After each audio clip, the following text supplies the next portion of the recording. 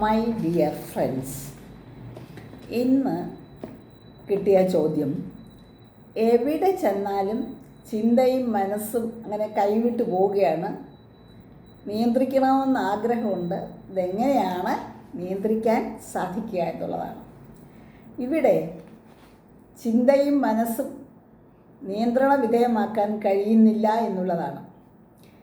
ഇത്തിരി ശ്രമിച്ചാൽ നമുക്കതിനെ സാധിക്കില്ലേ? കാരണം എന്താണെന്ന് വെച്ചാൽ ഇത് നമ്മുടെ കൈകളിൽ ഒതുങ്ങുന്നതാണ്. എന്നാൽ സാഹചര്യം അങ്ങനെയല്ല, അത് പല കൈകളിലൂടെ കടക്കുന്നതാണ്. സാധാരണ മനസ്സിനെ ഒരു പൂന്തോട്ടമായിട്ട് പലരും ഉപമിക്കാറുണ്ട്. അവിടെ നിൽക്കുന്ന പൂക്കളുടെ നിറവും സുഗന്ധവുമൊക്കെ ആളുകളെ അവിടോട്ട് ആകർഷിക്കാറില്ലേ? ശ്രദ്ധിക്കാതിരുന്നാൽ അവിടെ എന്താ സംഭവിക്കുന്നത്? പാഴ്ചെടികൾ വളരും, ചെറിയ കാട് പോലൊക്കെ ആകും. അവിടെ ചിലപ്പോൾ വിഷസസ്യങ്ങൾ കാണും, വിഷജന്തുക്കൾ കാണും. അവരൊക്കെ കുടിപാർക്കുന്ന ഒരു സ്ഥലമായി ഈ സ്ഥലം മാറും. മനസ്സിനകത്തും അങ്ങനെ തന്നെയാണ്. നമ്മൾ ആലോചിക്കേണ്ടത് നമ്മുടെ മനസ്സ് എന്തൊക്കെ ചിന്തിച്ച് എന്തൊക്കെ ആഗ്രഹിച്ച് നിറയ്ക്കണം. നമ്മൾ മനസ്സിൻ്റെയും ചിന്തയുടെയും അധിപതിയായി മാറുന്നത് എപ്പോഴാണ്? അങ്ങനെ വരുന്ന സമയത്ത് സുഗന്ധം അവിടെ നിന്നും പുറപ്പെടുന്നത് മറ്റുള്ളവരെ നമ്മളിലേക്ക് ആകർഷിക്കും എന്നുള്ളത് സത്യം തന്നെയാണ്. കാരണം എന്താ വെച്ചാൽ, വിഷം തുപ്പുന്ന യന്ത്രത്തെക്കാൾ സുഗന്ധവാഹിയായ കാറ്റിനെയല്ലേ നമ്മൾ ഇഷ്ടപ്പെടുന്നത്? ബാഹ്യമായ പലതും ആന്തരികമായ മാറ്റത്തിന് വഴിതെളിക്കും. എന്നാൽ ആന്തരിക സൗന്ദര്യം കൂടി കണക്കിലെടുത്താൽ മാത്രമേ നമ്മളെ സമൂഹം അംഗീകരിക്കുകയുള്ളൂ. നമ്മളെ കണ്ടാൽ ഒരു നിരാശാബോധമോ അല്ലെങ്കിൽ വിഷമമോ ഒക്കെ തോന്നുകയും വായ് തുറന്നാൽ മറ്റുള്ളവർ ശത്രുക്കളാകുകയും ചെയ്യുന്ന സമയം നമ്മളെ എത്ര പേരെ ഇഷ്ടപ്പെടും എന്ന് വേണം നമ്മൾ ചിന്തിക്കാൻ. നിങ്ങൾ തനിയൊന്ന് ആലോചിച്ച് നോക്കണം. നിങ്ങളിങ്ങനെ ആയാൽ മതിയോ? ഇങ്ങനെയാണോ ആകേണ്ടത്? അർജുനൻ്റെ ബാണത്താൽ മൃതപ്രായനായി കിടന്ന ഭീഷ്മർ ധർമ്മബോധത്തെക്കുറിച്ച് പ്രസംഗിച്ചു. അപ്പോൾ പാഞ്ചാലി പൊട്ടിച്ചിരിച്ചു. പണ്ട് രാജ്യസഭയിൽ ഉണ്ടായതൊക്കെ ഓർമ്മിച്ചു. അപ്പോൾ ഭീഷ്മർ എന്താണ് പറഞ്ഞത്? അന്ന് ഞാൻ നിശബ്ദനായിരുന്നു. കാരണം അന്ന് അർജുനൻ ഇന്നെനിക്ക് മാറ്റം വരുത്തിയതുപോലെ അല്ല. അന്ന് ദുര്യോധനൻ തന്ന ആഹാരമായിരുന്നു ഞാൻ കഴിച്ചത്. ഇന്ന് അർജുന ബാണമേറ്റ് എൻ്റെ ആ രക്തമെല്ലാം പോയി പുതിയ ധാർമ്മിക ബോധമുള്ള രക്തമാണ് എന്നിലുള്ളത്. അങ്ങനെ ശുദ്ധമായിരിക്കുകയാണ്. അതുകൊണ്ടാണ് ഞാൻ ഇന്ന് ധർമ്മപ്രസംഗത്തിന് തുനിഞ്ഞതെന്ന്. ഇവിടെ പ്രത്യേകം ശ്രദ്ധിക്കേണ്ട ഒരു കാര്യമുണ്ട്. പഞ്ചേന്ദ്രിയങ്ങളിൽ കൂടി നമ്മളിൽ കടക്കുന്നതെല്ലാം നമ്മുടെ മനസ്സിനെയും ചിന്തയെയും സ്വാധീനിക്കുന്നുണ്ട്. നല്ലത് കാണുക, നല്ലത് കേൾക്കുക, നല്ലത് മണക്കുക, നല്ലത് കഴിക്കുക, ഇങ്ങനെയൊക്കെയല്ലേ നമ്മൾ പറയാറുള്ളത്. ഇവയെല്ലാം തന്നെ നമ്മുടെ ചിന്തയെയും മനസ്സിനെയും സ്വാധീനിക്കുന്നുണ്ട്. സാഹചര്യങ്ങൾക്കനുസരിച്ച് നമ്മൾ മാറണം എന്നുള്ളത് സത്യം തന്നെയാണ്. പക്ഷേ നമ്മളിലുള്ള സത്ത, അതായത് ഗുണാംശം, എസൻസ് ഓഫ് ദി ഇൻഡിവിജ്വൽ എന്ന് പറയും, കാഴ്ചപ്പാട്, ഇവയൊക്കെ നമ്മുടെ പാരമ്പര്യത്തിൽ നിന്നും നമുക്ക് കിട്ടിയതല്ലേ? ഒരിക്കലും ഒരു വിമാന അപകടത്തിൽപ്പെട്ടവർ കുറച്ച് നരഭോജികളുടെ കൂട്ടത്തിൽ ചെന്നുപെട്ടു.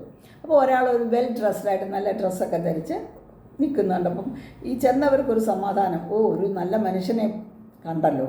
അയാളോട് സംസാരിച്ചപ്പോൾ അയാൾ പറയാം, ഞാൻ ഇവിടെ വന്നതിന് ശേഷം ഈ ആളുകളെല്ലാം എങ്ങനെയാണ് ഒരു മനുഷ്യനെ കിട്ടിയാൽ വൃത്തിയായി ആഹാരം കഴിക്കുന്നതെന്ന് പഠിപ്പിച്ചു. അപ്പോൾ ഒന്ന് ആലോചിച്ച് നോക്കിക്കുക. ഇവിടെ അയാൾ പണ്ട് നേടിയ അറിവ് അത് ഇപ്പോൾ എന്താ സംഭവിച്ചിരിക്കുന്നത്? സാഹചര്യങ്ങൾക്ക് അനുസൃതമായി മാറ്റിയെടുക്കുകയാണ്. ഇതല്ല വേണ്ടത്. ഇത്തരം അന്ധകാരം നിറഞ്ഞ ചിന്താഗതി നമ്മളെ ഒരു തടവറയിലേക്ക് ആക്കിയിരിക്കുകയാണ്. പൊന്നുകൊണ്ടുണ്ടാക്കിയ അഴികളാണെങ്കിലും തടവറ തന്നെയല്ലേ? ഉയർന്ന ചിന്താധാരയിലേക്ക് തലച്ചോറിനെ കൊണ്ടുപോകണം. അങ്ങനെ നമ്മുടെ മനസ്സിനെ അതിന് തക്ക വിധത്തിൽ പാകപ്പെടുത്തണം. മോശം ചിന്താഗതിക്കാർ നമ്മുടെ കൂട്ടത്തിലുണ്ടെങ്കിൽ അവരെ ഉയർന്ന തലത്തിലേക്ക് എത്തിക്കുകയാണ് നമ്മുടെ ജോലി. അതല്ലാതെ നമ്മളും കൂടെ ആ ഗർത്തത്തിലേക്ക് താഴുകയല്ല വേണ്ടത്. ക്ഷണികമായ ഈ പ്രപഞ്ചത്തിൽ സുഗന്ധം പരത്താനാണ് നമ്മൾ ശ്രമിക്കേണ്ടത്, അല്ലേ? അതിനു വേണ്ടിയിട്ടാണ് നമ്മളിവിടെ വന്നത് തന്നെ ഈ ലോകത്ത്. ഇപ്പോൾ അലക്കി തേച്ച ഒരു ഡ്രസ്സ് നമ്മൾ ധരിക്കുക. നമ്മൾ പോകുന്ന സ്ഥലത്തിൻ്റെ പ്രാധാന്യം അനുസരിച്ച് അതിൽ എത്രമാത്രം അഴുക്ക് പുരളണമെന്ന് നമ്മൾ തീരുമാനിക്കണം. പണ്ട് കാലത്തേക്കാൾ ഉറപ്പുള്ള വാതിലുകളും മതിലുകളുമൊക്കെയാണ് ഇന്ന് നമ്മുടെ വീടിനും നമ്മുടെ പുരയിടത്തിനും ഒക്കെ കെട്ടുന്നത്. കാരണം എന്താ? ഇപ്പോൾ ക്ഷുദ്രജീവികളൊക്കെ കൂടി അവരൊന്നും അനാവശ്യമായി അങ്ങോട്ട് പ്രവേശിക്കാതിരിക്കാൻ. കാലഘട്ടത്തിനനുസരിച്ചുള്ള മതിലുകളും വാതിലുകളും ഒക്കെ വേണ്ടേ? നമ്മളെന്താ ചെയ്യേണ്ടത്? നമ്മളുടെ ശരീരത്തിലുള്ള, നമ്മുടെ തോന്നലിലുള്ള, മനസ്സിലുള്ള എന്ത് വേണമെങ്കിലും നിങ്ങളതിനെ വിളിച്ചോളൂ, ഉറങ്ങാതെ ഹൃദയം പോലെ പ്രവർത്തിക്കുന്ന ഒന്നാണ് നമ്മുടെ ഉപബോധ മനസ്സ്. അതിന് നമ്മൾ വേണ്ട ആജ്ഞകൾ കൊടുക്കണം, അതിനെ ശക്തിപ്പെടുത്തണം. എമേഴ്സൺ പറയുന്നത് എന്താണെന്ന് വെച്ചാൽ, ഒരു മനുഷ്യനെന്ന് പറയുന്നത് ഓരോ ദിവസവും അയാൾ എന്ത് ചിന്തിക്കുന്നു എന്നതനുസരിച്ചായിരിക്കുമെന്ന്. ആവശ്യമില്ലാത്ത ചിന്ത അപകടകരമാണ്.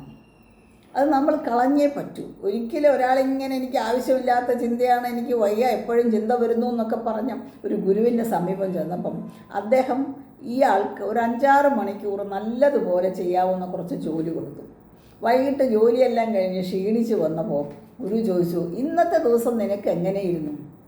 ഇന്നെനിക്ക് സമയം കിട്ടിയതേയില്ല ചിന്തിക്കാൻ, അതുകൊണ്ട് ചിന്തയൊന്നും എനിക്കിന്ന് വന്നില്ല. അപ്പോൾ എന്തെങ്കിലും കാര്യങ്ങളിൽ നമ്മൾ ഇടപെട്ട് കഴിഞ്ഞു കഴിഞ്ഞാൽ നമ്മൾ ആ ജോലി എങ്ങനെ ചെയ്യണം, എത്ര സമയം കൊണ്ട് ചെയ്ത് തീർക്കാം, അതായിരിക്കും ചിന്തിക്കുന്നത്. വെറുതെ ഇരിക്കുന്ന മനസ്സിനെ അതുകൊണ്ടാണല്ലോ ചെകുത്താൻ്റെ പണിപ്പുര എന്ന് പറയുന്നത്.